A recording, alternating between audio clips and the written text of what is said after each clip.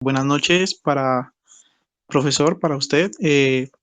A continuación vamos a exponer el capítulo de Razones para ser anticapitalistas del libro Razones para ser anticapitalistas de David Harvey con la traducción de Paula Basile. Entonces, pues vamos a dar inicio a la explicación de la infografía de acuerdo a lo leído en el texto. Ok, Vale, bueno. complementando con lo que dice mi compañero, bueno, nos presentamos, mi compañero Miguel Guzmán y Diego Sánchez, entonces iniciamos con la presentación. Inicialmente, eh, el capítulo que nos correspondió para ser anticapitalista. En este abordaje, el autor indica de que el por qué da las explicaciones de hay que ser anticapitalista. Iniciamos viendo la presentación que dice, no se puede continuar con tasas de crecimiento compuestas por los próximos 100 años desde un punto de vista ambiental y ecológico. Entonces, en este apartado, lo que dice es que el capitalismo se pensó en un momento dado, hace unos siglos atrás, y quedó estancado. Entonces, no se puede seguir con esa misma modelo de desarrollo, el cual ha absorbido al mundo. Bueno, voy a explicar un poco qué es el crecimiento compuesto. Esta es la tasa de crecimiento anual, que es un término específico que se utiliza en los negocios e inversiones para la ganancia anualizada en una inversión, ya sea de un país o de una ciudad. En este caso, pues se habla que la tasa el crecimiento compuesto puede variar entre el 2 y el 4% y pues que eso parece estar bien, pero pues que el crecimiento siempre va a ser del 2 por 4, pero si se compara con países como Japón, la tasa ya no es de nada, es del 0%, entonces sería muy, muy malo. De acuerdo. En ese sentido, continuando con la presentación, dice que el capitalismo absorbe el tiempo y lo destruye. En estos apartados, el autor aborda mucho acerca de esto y lo traigo a colación en lo que dice, en palabras del expresidente de Uruguay, Pepe Mojica, que en el mundo actual nosotros no pagamos los artículos ni los servicios ni lo que tenemos con dinero, sino es con tiempo. Y cómo el capitalismo ha abordado y ha absorbido el tiempo de las personas de una manera salvaje, en la que solamente está o importa el consumir y el generar mayor capital, y se deja a un lado el ser humano y las posturas sociales que implican en una relación social. Bien, ahora en el texto se puede ver una frase que ponía Marx, una pregunta más bien, que indica que un individuo está verdaderamente emancipado, y ahí nos habla desarrolla la idea o responde esa pregunta diciendo más que todo o hablando con las palabras que dijo mi compañero Diego sobre el tiempo libre que le queda a la sociedad y que ahora el tiempo digamos que es muy desaprovechado y que el tiempo es como muy desechable, entonces que una persona no reutiliza bien su tiempo y que comparado a lo que decía Marx tiempos pasados, con la evolución, digamos que eso ha venido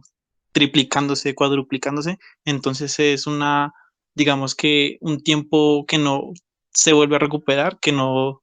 tiene vuelta atrás y que se desperdicia, entonces que toca como reflexionar de eso y organizarse políticamente. De acuerdo. Igualmente complementando la idea del compañero, si lo tenemos a colación a la actualidad, se supondría o se asimilaría que a medida que va avanzando la vida y la evolución del ser humano, entre más ayuda tecnológica y entre más evolución, mayor debería ser el tiempo, el mayor el tiempo aprovechado, pero en realidad eso no se ve así. Vemos sociedades absorbidas, en este caso, como decía el compañero, en países como Japón, en que hay personas que tienen una jornada laboral extenuante y prácticamente es muy nula en la vida social. Y en este caso, eh, hay un documental que habla de que en ese país lo que se genera más estatus social es el mayor tiempo desempeñado en un trabajo, y no de pronto en otras culturas que es de pronto eh, la posición económica. Entonces vemos que la tasa de suicidios es muy elevada, la tasa de, aunque la esperanza de vida es alta, no es no es asimilable con el disfrute del tiempo de ese tipo de sociedades. Continuando con la presentación,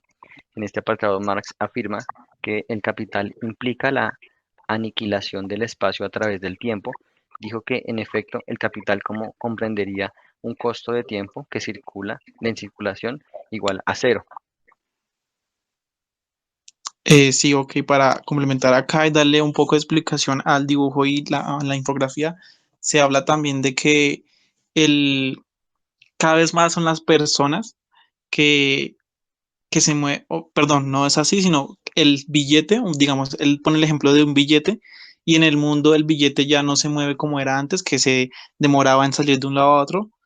un tiempo considerable, sino que ahora el billete se traslada de un lugar a otro a una velocidad increíble. Entonces, esa comparación la hace con el pasado y habla también, digamos, de esta aceleración que hace la gente y que piensa cada vez más como en la urbanización, en construir estructuras, en hacer ciudades como de elefantes blancos, por así decirlo, y no como en invertir en las ciudades para que las personas puedan vivir decentemente. Eso resalta acá el escritor en lo que es el capitalismo y que esto es lo que principalmente quieren ellos y que la gente pues está cansada de ello. De acuerdo. Seguidamente, como lo abordaba el compañero, vemos que en esta sociedad o en estas sociedades se da más prioridad al valor y al dinero que a la propia vida y en este caso a la calidad del ser humano. Entonces, vemos que hace unos años, hace unos 60 años, en Colombia, la mayoría de la población era eh, rural y vemos cómo se generó una movilización hacia las ciudades o hacia lo urbano. Y vemos que eso también sucedió o ha sucedido en todo el mundo. Entonces, cómo este impacto ha generado que se vaya perdiendo esos espacios de vida que tienen las familias y que solamente importe la generación del dinero y que se pierda esos valores sociales o esos valores que en su momento se tenían y, y vemos que en este caso,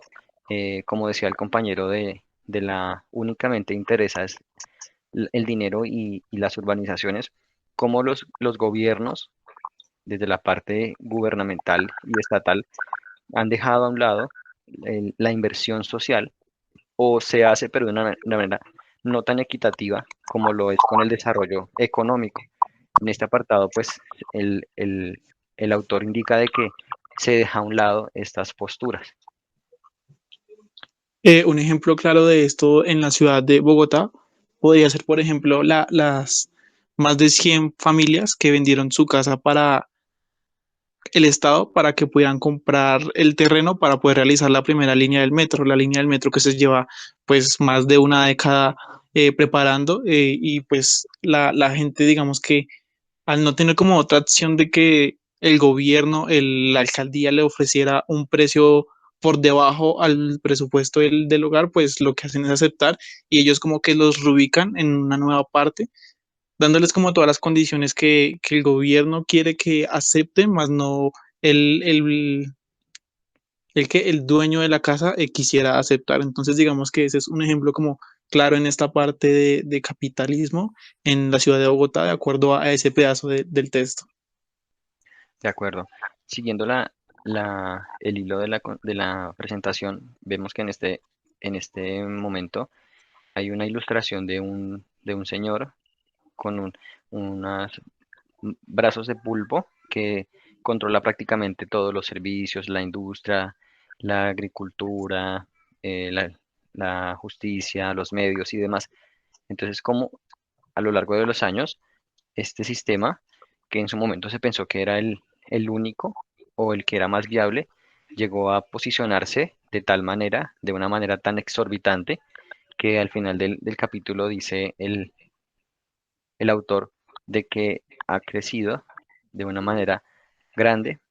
pero que se ha vuelto demasiado monstruoso para sobrevivir. Entonces podemos también analizar de que cuando se inició la pandemia, mucha gente decía que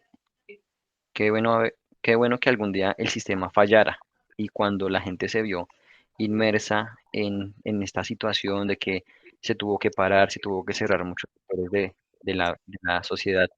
vimos que la gente después, como estamos inmersos en este modelo económico y social, la gente ya se siente como que, ¿qué pasó acá? Como que ya no, es como si nos hubieran quitado una parte de nuestra vida. Y es como eso desde la base de la sociedad misma, el capitalismo absorbe y ha absorbido todo. Y pues me parece que ya está, digamos, todos los temas más importantes del texto expuestos en la infografía. Entonces creo que ya podríamos finalizar pues con la frase que leyó mi compañero, con la que decíamos, en la actualidad el capital se ha vuelto demasiado grande para fallar, pero se ha vuelto demasiado monstruoso para sobrevivir. Entonces pues muchas gracias y espero que la presentación haya sido de su agrado. Gracias.